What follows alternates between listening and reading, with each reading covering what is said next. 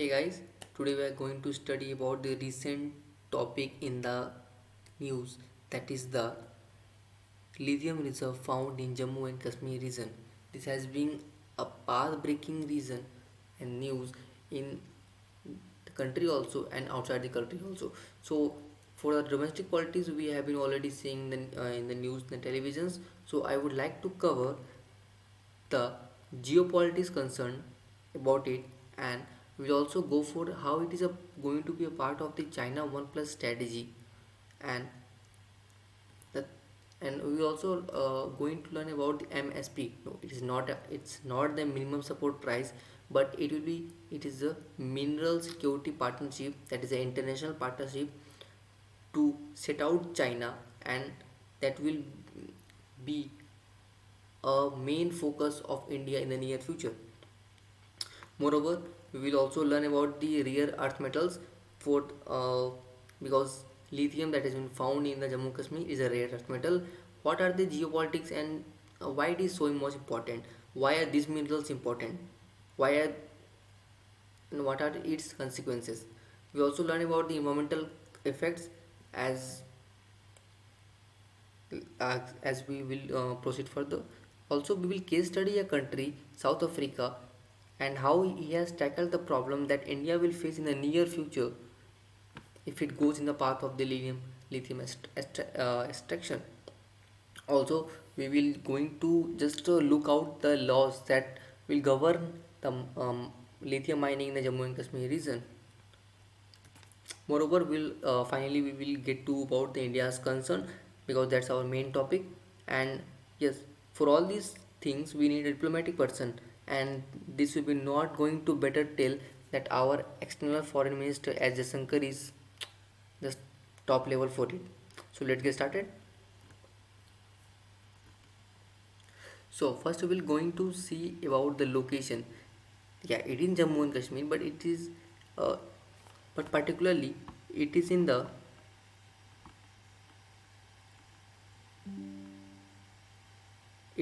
SALAL HAIMANA area of the Reasi district of Jammu and Kashmir. So where it is? So if you look at the map of India, there is Jammu and Kashmir, and this is the Jammu and Kashmir district map. And if you if you look, just remove the POK part. This is the POK part, that is the Pakistan occupied Kashmir part. Here is the Reasi district, as you can see here. Here is the Reasi district. So this is a Reasi district in which a lot of lithium ores have been found, and which has been in the news because the growing era of battery and the removal of the fossil fuel, it is India going to just rock it. So this is a cutout of the Hindu newspaper that I have taken out, which has a very important information with facts and figures. So let's proceed further. So as I have told that I will talk about the geostrategic concerns. So now you will understand that why the lithium found in Jammu and Kashmir, it is a matter of geostrategic concern. So let's just understand with some of the important facts, that the first one is the global race for the net zero carbon energy system. Today, all the developing and developed countries are fighting for the net zero carbon energy, because the countries which are doing well in the net carbon energy, they get funds and allowances from the different organizations that they have set up for the net carbon energy, and that funds they can be used to develop the country's need and grow up their economy. And moreover, the main thing is to make up their rank in all the countries. See, the time has changed. Now, not only the US or China are the leading superpowers, those countries which are just self-fulfilling, which have, because of COVID, have just ramped all the connectivity. So, as you can see in the GIF, it's hum first. Like, who is going to win the race? It's not only to win the race; it is a race to defeat China dominance in the rare earth metal. As we will proceed further, you will see that how China dominates about 70% of the rare earth metal. which involves lithium and others, palladium and other things. Also, the China's friendly relation with Russia in the era of the Ukrainian war is also pinning the Western, that is the US countries and the European countries for this. And the recent found in the lithium reserve will be opportunity for the Western countries to invest in India and to just make jealous of the China's dominance. Okay, you see there that China controls nearly 70% here. That China controls near 70% of the global lithium battery manufacturing capacity. Okay, and the 10 largest lithium batteries manufacturing companies are in the China only.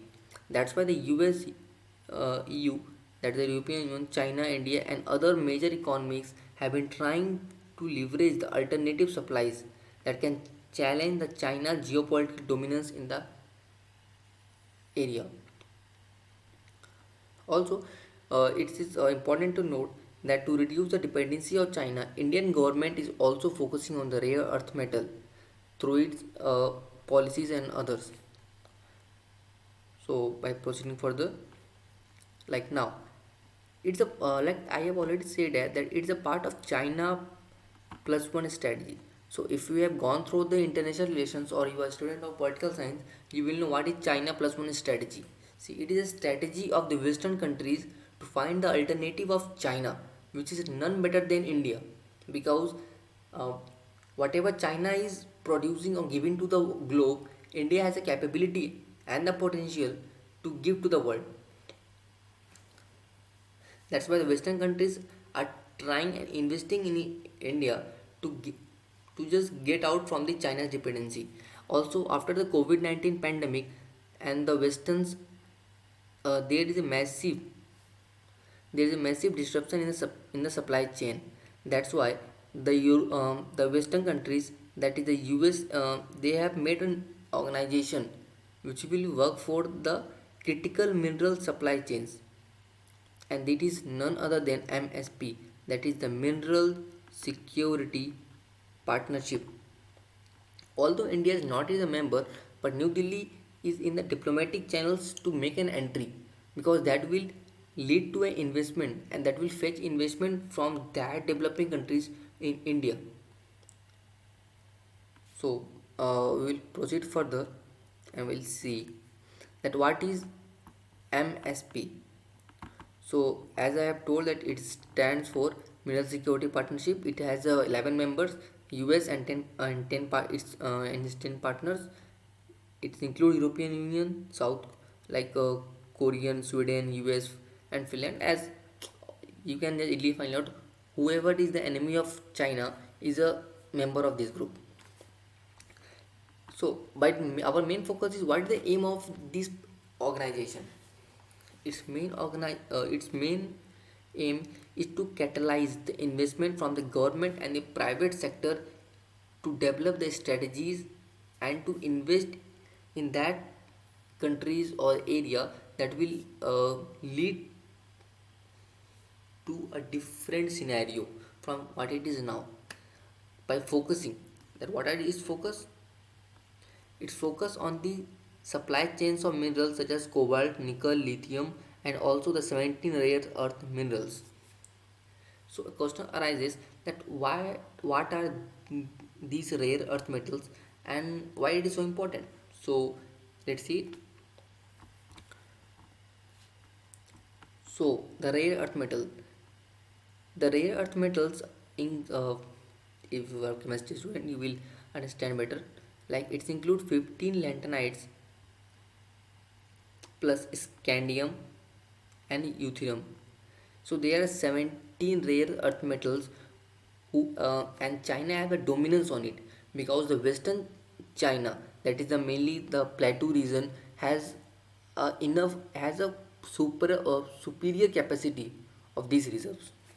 So, but why are these minerals important? We have other minerals also. Why are they important?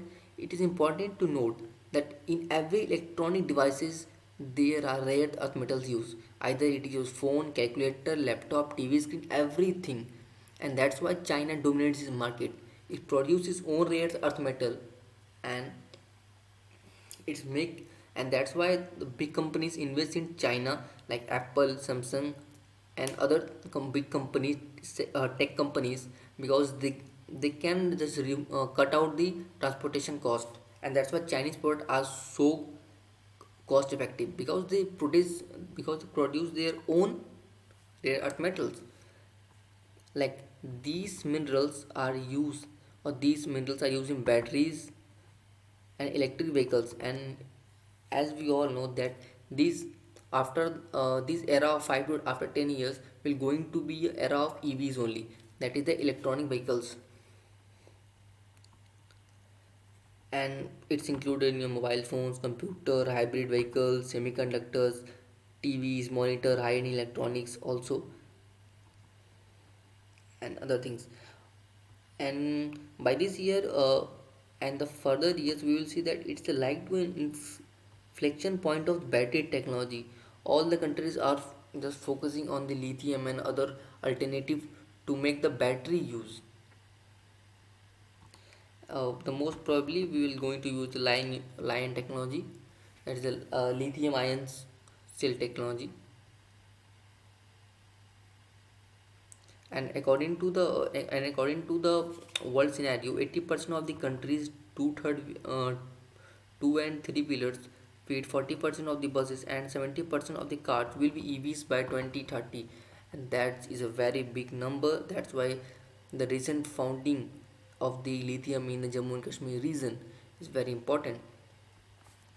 So let's proceed further and see what are the environmental effects. So, as we all know that mining, that is for the lithium we need the open cast mining. And in the Jammu and Kashmir region, which is a extended part of the Himalayas, which is the youngest mountain and the most unstable mountain region of the whole world, that's going to increase the chances of landslides, flooding, and other environmental consequences. It also going to contaminate the groundwater, as you can see here that 170 cubic meters of water and releases 15 tons of CO2 for every ton of lithium extracted. The main problem is the lithium extraction, that it uses a lot of water, plus the water that is used for it cannot be repurified to a certain extent. It makes the water very not dirty, make it toxic. And we all know that Jammu and Kashmir region is a major source of fresh water. From there our major rivers originate and go in the east and the west. So that's why it will be a major concern that how we are going to tackle it. Also we can say that open pit mining, refining, and waste disposal, from these processes substantial degradation and environmental. That means, see, like every ill effect of mining are going to be, like it will go into air pollution, local vegetation damage, and environmental consequences. Animal will be dislocated and other things. Also, see, the same scenario is in the Australia also. Australia has a pragmatic like if you see in the Australia of the lithium extraction, but there is a different case. The case is different from the Jammu and Kashmir region, is that like in Australia the deposit is very stable, the rocks are very stable.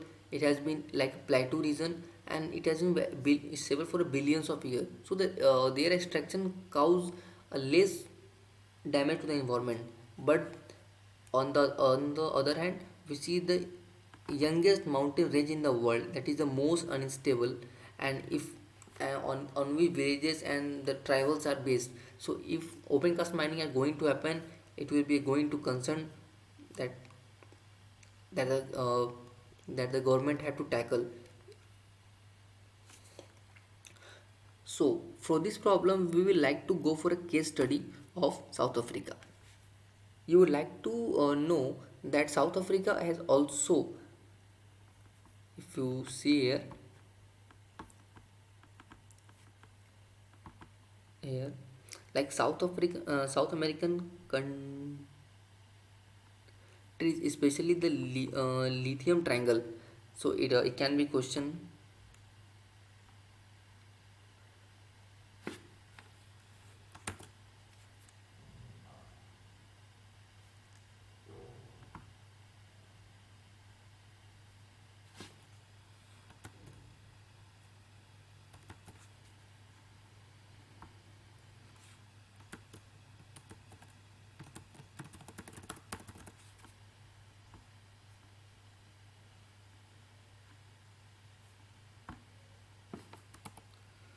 Just a minute, guys. Yes.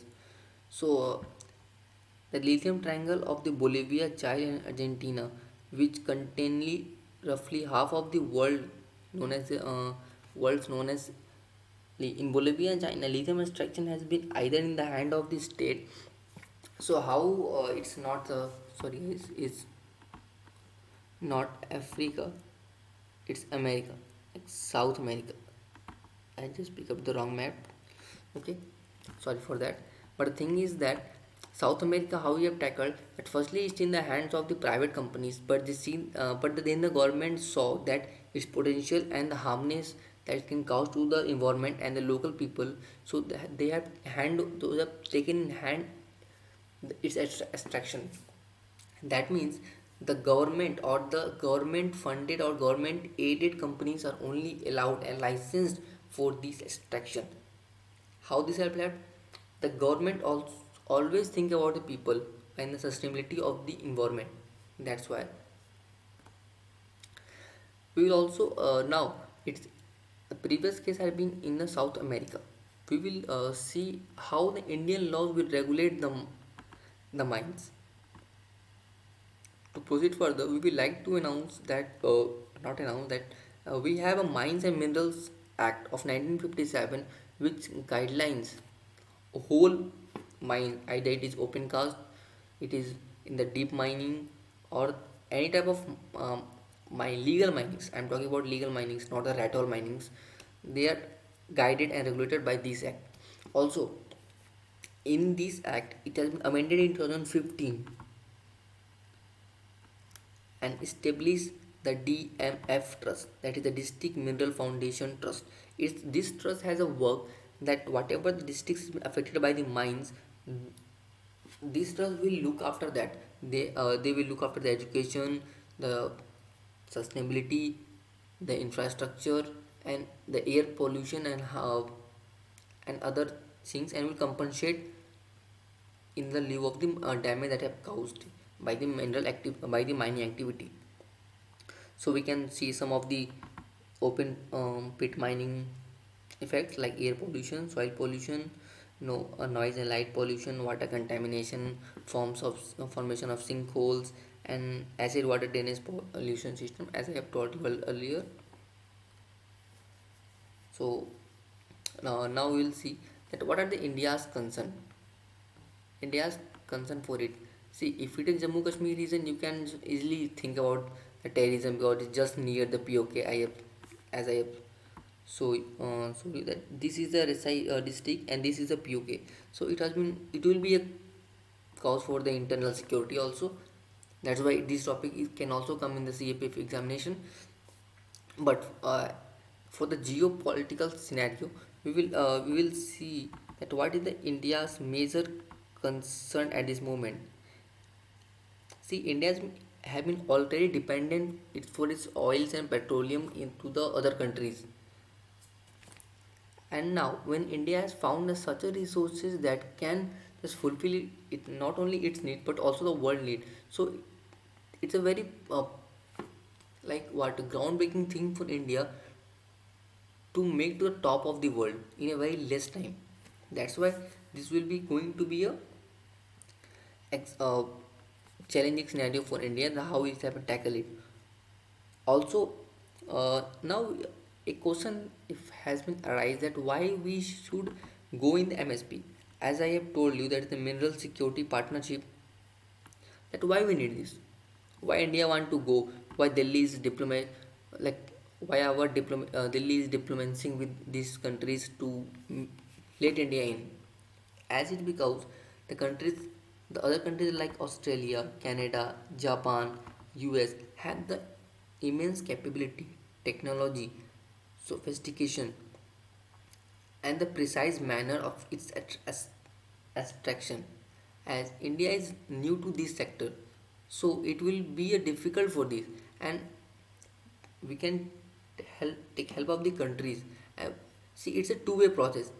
If these countries will help us, they will get a return gift also. How it is, they will get cut, and they will like to cut the dependency on China and like to enhance the relation with India, which has been already seen. Like we are going for the FTA and comprehensive partnerships and all. So these are the things, and I think this topic can come in the UPSC CSE mains also, and the CAPF also, because these two topics sometimes touch major things. So guys, just tell me how you like this video. For more videos on specific topics, just mention me in the comment section. I will like to proceed it also.